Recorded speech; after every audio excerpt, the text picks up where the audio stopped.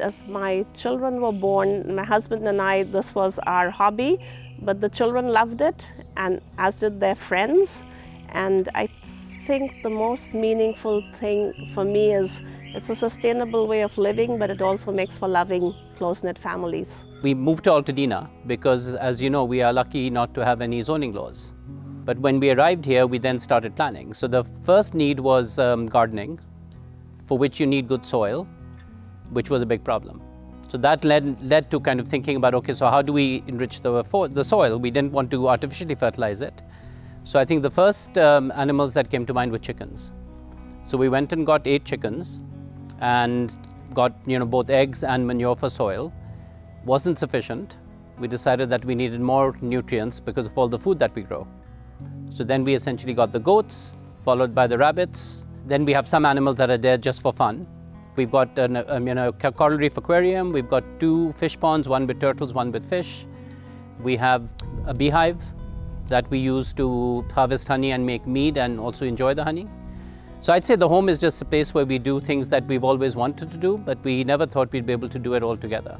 I wanted to build a garden that was interesting, that would draw the viewer in. So if you look around my garden, you'll see it's different sections with different kinds of plants. And we worked very hard to attract native pollinators, the birds and the bees. And so each part of the garden is a different habitat. And so literally every year we have a project, a part of the yard that we reclaim. And that then becomes my most favorite part. Because what was wilderness before is now this beautiful blooming space. And I just feel nature is so generous. She needs so little from us. She gives us so much. My husband and I come from third world countries. We grew up in big cities in Calcutta and in Karachi. He's from Pakistan. And homeless people were part of our city landscape.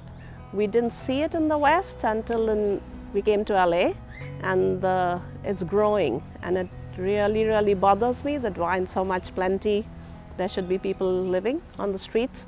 And I always wanted to do something. In India, my mother used to cook a lot of food every day and feed maybe 50 people would come and eat breakfast at our house. I can't do that over here, so I thought, what could we do? So then my husband and I thought we'd plant a community garden. So if someone walking by can eat a piece of fruit, then that makes me feel happy. We have 2 daughters. One is a junior in college and the other is just graduated from high school. I mean, they grew up with us in the environment that we live in. So all the way from spending a lot of time at home, spending a lot of time doing chores in the yard. We built the ponds together. We planned and built the goat barn together. So I think for them, so they kind of got interested in just, living the way we do. And as they grew older and now with, the current generation is a lot more sensitive to footprint. But I think just spending time outside. It all comes down to finding excuses to be walking around the yard with animals following you. Now if the chickens were out and the goats were out, we'd be surrounded by them. But they're curious. They follow you, you enjoy it. And I always had an image actually of having animals, kind of living with animals and animals, being comfortable with us. And that's how surprisingly, it's ended up that way. Goats are amazing animals. They are extremely observant and they read your body, they read your intentions just like dogs do. They're charming pets. I'd say even more interesting because a lot of people don't know how easy it is to have goats, so to live with goats.